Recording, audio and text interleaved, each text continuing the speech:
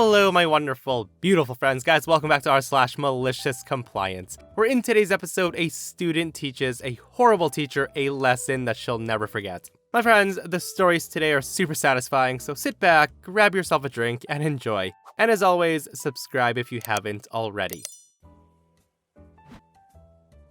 This happened about 5 years ago, when I was a senior in high school working as a cashier at the local grocery store. It was the late afternoon rush, so lines for my check-in stand were 3 to 4 shoppers deep despite our store having almost all tills in service. Enter the nasty lady, who queues up in my line. The lady appears to be in her mid-70s, and she's apparently never experienced a holdup at a grocery store before. Now, the woman's a Karen, because she was loudly complaining to anybody who would listen about the horrible nuisance of having to wait a few minutes, and how important her time was. She was clearly making others uncomfortable with her remarks, and not helping the situation for all of us. Being the speedy cashier I am, I in no time was beginning her order. Despite her behavior, I greet her with a smile, and the sappy sweet tone those who worked in retail are all too familiar with.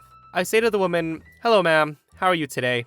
thinking my chipper attitude would lighten her up a bit. She immediately responds, "Pack them light." Excuse me? You heard me. I said I want my grocery bags packed light. Can't you see I'm an old lady? I can't lift much. At this I say to her, absolutely, not a problem. I scan her items as quickly as I can to get her on her way and out of my hair. I total the order and she proceeds to write a check, of course. And as she does this, I begin bagging up her things. I fill the bags with about half the weight I normally would put into the bag, as this had previously appeased other customers with the same request. I begin to think that this would be the end of my interaction with her when she suddenly stops what she's doing and pollutes the air with more of her crap. She says, "Are you stupid?" I ask her, "Is there a problem?"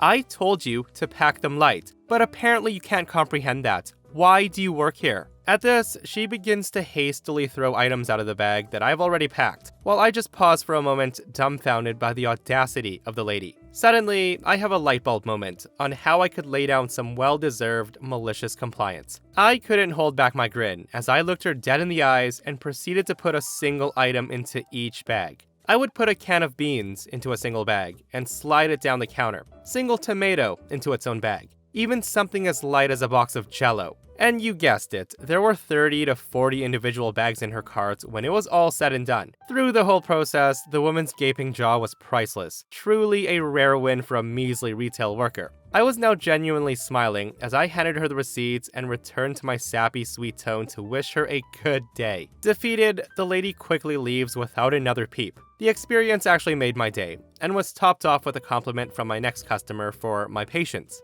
Guys, I love how the woman was complaining loudly about how slow the line was moving, but as soon as OP starts her order, she couldn't give a crap about the customers behind her, as she pulls out a checkbook and makes OP rebag her items.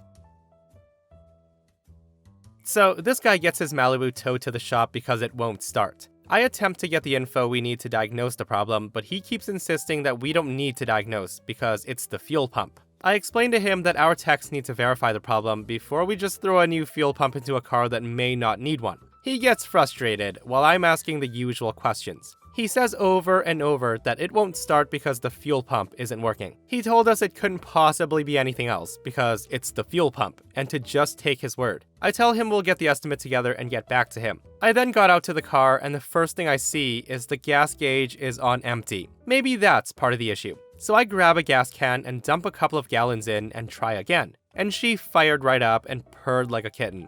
After some further tests, the tech confirms that the no start was due to running out of gas. The fuel pump can't pump if there's no fuel. Now at this, I call the man to tell him the great news, that he was about to save a few $100s and he loses it. The guy starts screaming how the car was not out of gas, and he demands to speak to my boss because I am clearly an idiot. I then hand the phone to my boss, and after a short time, my boss hangs up the phone and says, "I guess we're gonna be replacing the fuel pump in the Malibu, so call the parts in and I'll pull the car around." So yeah, we replaced a perfectly good fuel pump. We charged the man for the removal and install of it and the 2 gallons of gas. The guy comes in picking up his car and smugly says to me, "I knew it was the fuel pump," while thanking my boss for his quick action. Now we tried to save him hundreds of dollars, but he wasn't having it, so we gave him exactly what he wanted. The poor guy just couldn't admit running out of gas. You guys know what they say, right? The customer is always right, even when they're wrong. I'm pretty sure a majority of people would have lit up at the thought of a mechanic shop being able to save them a few $100, since a lot of the times it goes the other way. But man, was this guy way too proud to admit that he accidentally wasn't paying attention and ran out of gas? So I forgot about this story until I read a recent post on here about a grade school smartass, and my memory was jarred. Now this is a story that I'm not proud of, as I'm now a teacher, and if I had a student behave the way my rotten ass did in the story, I'd probably pull my hair out. But it fits the sub, so here we go. So in the 6th grade, my class got a new science teacher. I will call her Miss Mac. Now, Miss Mac was this young, fresh out of college teacher who probably thought it was a smart idea to rule with an iron fist, thinking it would earn respect and obedience. Now, the problem was that she went out of her way to nitpick every single thing we did, and enacted so much harsher punishments than we deserved. She didn't understand that she would have gotten so much further with us if she'd learned to pick her battles. Now, she'd set ridiculous rules, like not letting anyone use the restroom more than 3 times a year during her class, or giving us Saturday detention if we forgot our homework. Even now, I don't think how she treated us was fair, but as a moody, obnoxious 12-year-old, I was quite livid and actively tried to think of ways to punish her. I was always an excellent student who got excellent grades. However, a common theme throughout all my parent-teacher meetings was my talkative nature. This often led to many trips to the front office in grade school, so I was pretty familiar with all the admins. I know it must have been exhausting for my teachers, but Miss Mac took a strong dislike to me immediately because of it. She would move me every day to sit at the back of the classroom alone if I as much said a single word to anyone during class. There were no exceptions, even if it was to speak about the work. If we had to be in labs that day and work in groups, I'd be forced to work alone. It really sucked. So one day, it's 10 minutes into the class, and somehow I hadn't been moved out of my regular seat yet. I was hopeful for the day, until the person behind me drops their pencil. The pencil rolls under my feet, so I picked it up and handed it back. They said thank you, and I said, "You're welcome," and that was it. Before I can even turn back to the front, Miss Mac suddenly screamed, "Damn it, OP, why can't you just control yourself? What is the matter with you? Get to the back, and don't you dare say another word for the rest of my class, and I mean it." Now, of course, I tried to defend myself, as did the rest of the class, but she refused to hear it. So I moved desks and sat livid, staring daggers into her. I decided from that moment on, I would follow exactly what she said. I would never say another word in her class. Not to her, not to my classmates, not to anyone. From the minute I would walk into her classroom until the minute I left, I was absolutely silent. Now, to be honest, regardless of me ignoring her the first few times she directly addressed me, I'm pretty sure she probably enjoyed the first 2 weeks or so of silence. This all came to a head, however, when Miss Mac had one of her monthly administrative reviews, which just so happened to coincide with my class that day. At some point during the class, Miss Mac was showing off for the admin at the back of the classroom, and randomly called on students for a review game. Now, she must have been in her groove or something because she clearly forgot about the ongoing situation between us, and she calls on me to answer one of her questions. I just sat there, in complete silence, staring directly into her eyes. She then asked again, and I knew it took everything in her to not lose it on me when I just smirked. She definitely couldn't lose her cool in front of the admin, so I knew she wasn't gonna yell at me like before, so I was really enjoying this moment. I was watching the gears turn behind her eyes, knowing that she could either keep trying to challenge me and make herself look bad, or she could ignore my disobedience and make herself look bad. She chose the latter. The admin was not as willing to ignore my blatant insubordination, and she personally knew me to be quite talkative, outgoing, and respectful to all adults. So she walked up behind me and she leaned over and whispered if everything was okay. At this, I turned to her and I just nodded, and then she whispered, "Then why aren't you answering Miss Mac?" I then turned back to my teacher, looked her right in the eyes, and then I said at full volume, "Miss Mac told me last month that I was never allowed to speak another word in her class again." And guys, I wish I could have gotten her face on camera. Hers and the admin's, if I'm being honest. They both were such a lovely mix of shock and distaste. Unfortunately, I didn't get to hear the things that were said when the admin pulls Miss Mac into the hallway, but the contortion of her beet red face upon returning to class was enough to fuel my imagination for years. The admin took it upon herself to check up on me once a week for the rest of the year. She'd stop by during that class, pop her head in, and just look at me expectantly, waiting for me to nod that I was okay. Miss Mac studiously ignored these interactions, but I knew they ate away at her. And never once did she say another word to me about my talking. As a student who was regularly scolded in class for talking, I freaking love this story. Absolutely brilliant, malicious compliance, and she deserved it. But guys, I gotta address the bathroom thing though. Only allowing your students to leave your class 3 times a year to use the bathroom is crazy. Like, what happens after that? I had a teacher who had also enforced the no bathroom policy in her classroom, and now that I'm a lot older, I realize how freaking messed up that was. Like, there was so many times where I held it in to the point where it hurt, guys, because I knew my teacher would say no when I raised my hand. So this is actually a story that my mom told me from when she was in the 8th grade. She had this art teacher, who we'll call Mrs. X, who absolutely hated her. She was an older lady, with only 1 year left before retirement, and this will be important later. My mom had PE right before her art class, and she also had really bad asthma. She had left her inhaler in her locker, and when she was let out late for gym, she decided to go straight to art, drop off her backpack, and then asked to go grab her inhaler from her locker. Mrs. X, having hated my mom for some time, told her to wait until announcements were over, and then she could leave. My mom decided not to fight it, and she would go wait for announcements. Now at this, my mom's friends were ticked. They knew she had terrible asthma, so they were trying to convince her to just leave the classroom and go, because Miss X didn't deserve her attention, being the witch she was. My mom said no. She waited patiently until she was allowed to leave.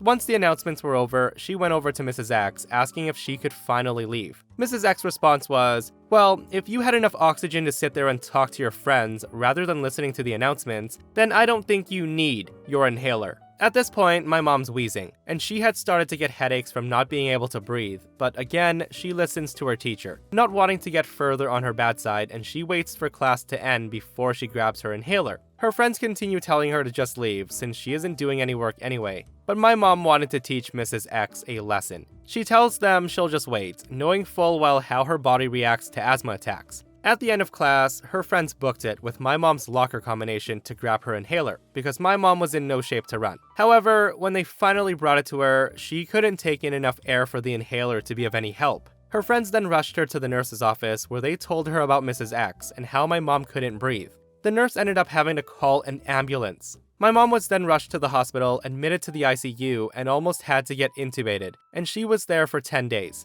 Her parents were furious, and my grandfather was ready to sue the entire state. The school, knowing that Mrs. X was only a year away from retirement and not wanting to take away the benefits she'd earned from staying, ended up striking a deal with my grandparents. My mom no longer had to take art, and she would get an automatic pass, and the school district was also in charge of paying for my mom's medical bills. Now, my grandparents wanted her to lose her job, but they agreed to the terms. But the story doesn't end there. My mom's brother, who was in 7th grade at the time of the incident, had to take sculpting next year with Mrs. X, her last year. A few weeks into the class, my grandparents got a letter informing them that my uncle was failing art. When confronted, he told them that on the first day of school, he had asked Mrs. X a question, and she had accused him of being disrespectful. As punishment, she made him sit in a room that branched off from the main classroom. Every day afterwards, she would falsely accuse him of something and force him to sit in that room where he couldn't get any work done, hence why he was failing. My grandmother then called up the school district in a rage, telling them that the original agreement was off now because Mrs. X was unfairly taking out her rage on my uncle, and that they were ready to sue. Now, because the school district never thought to get my grandparents to sign a contract saying they wouldn't sue, they were forced to fire Mrs. X, much to the delight of my mother, and she never got the benefits from retirement. Okay, I just want to say that OP's mom is badass. She went to extreme measures at the sacrifice of her own health just to teach this teacher a lesson. And seriously, you have to be a special kind of dumb to pick on the same family after you were responsible for putting their daughter in the hospital. I'm a paramedic. A few months ago, we're coming back from a routine patient transfer when at an intersection about 4 blocks from the base, I notice a woman sitting on the side of the road with her arms wrapped around herself and her head down. I nudge my partner who's driving, and we flip on the lights, and I see her head come up real fast, and she looks terrified. I get out, and she relaxes when she sees the ambulance. After I approach, I notice bruising on her wrist and other similar signs of domestic abuse. She seems hesitant to get up off the curb and into the ambulance, so I decided I would at least pull the cot out of the back and give her something a little more comfortable than concrete to sit on. Now, a few important details. All the cots in my service are striker-powered cots. You've almost certainly seen these before. They're bright yellow with black handles and side panels. These cots have a motor and battery built in to allow us to raise and lower the cots at the touch of a button. They're usually paired with an automatic loading system built into the ambulance that lifts the cot up to the right height to be pushed inside and also secures the cot when loaded. There's also a little red tab at the end of the track just inside the doors that you press down to free the cot and allow it to slide out. When you press the tab, it simply releases the cot and the loading carriage it's connected to, and it's up to you to keep it under control until it reaches the unload position and locks into place again. This can be problematic because these cots weigh about 125 pounds, 55 kilograms. Now, as soon as I hit the release tab for the cot, I hear lights and sirens behind me. It's a city police car. Now, this is weird because we haven't yet requested police, and we were outside the city, in the sheriff's department jurisdiction. Now, I can hear the woman saying something along the lines of, "Oh God, he's here," and she moves faster than me seeing free food being distributed at the base. She then dashes past me, and she pretty much hurls herself into the ambulance, sitting on the bench seat. The cop is approaching, and he's pissed. I put 2 and 2 together, and I slam the ambulance doors shut. Now let's call the Police Officer Steve, or POS for short. The officer screams at us, "Is she in there?" I ask him, "Who?"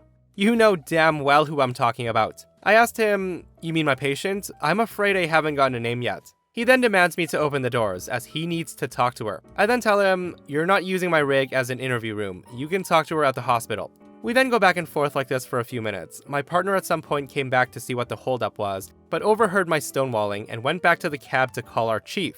I continue my routine of deny and delay until a pair of deputies, likely specifically requested for this by the chief, arrive. I'm thinking, oh good, now I have witnesses. You see, we had stopped on an upwards incline. I had hit the release button on the cot, and it wanted to slide back, and I had to close the door swiftly, so I didn't bother putting the cot back against the stops and locking it in place. Emboldened by the presence of 2 deputies, he gets in my face saying, "Get out of my way, or I'm gonna charge you with obstruction." I tell him, okay. I then step out of his way and he opens the double doors. Between the cot, the monitor, and the jump bag, I would say there's probably close to 160 pounds contained by those doors, all of which comes barreling out and hits the officer square in the chest. The guy goes backwards and falls on his ass, and one of the deputies laughs out loud. The other walks up, kneels down beside the guy and says, "Your shift captain is gonna be here in 5. I wouldn't be here if I were you." The guy gathers himself up and scowls at me, and then he stomps off.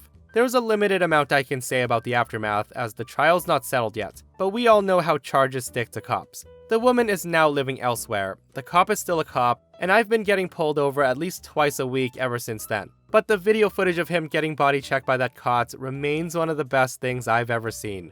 So OP does add and edit for clarification that the woman is indeed married to the man, and he's responsible for all the abuse. Guys, OP was the hero that day. He refused to be intimidated by the officer, and he saved that woman. And seriously, I never wish harm on anybody, okay? But I wouldn't have been upset at all if the whole ambulance rolled back on that guy, and not just the cot, because he is a piece of scum.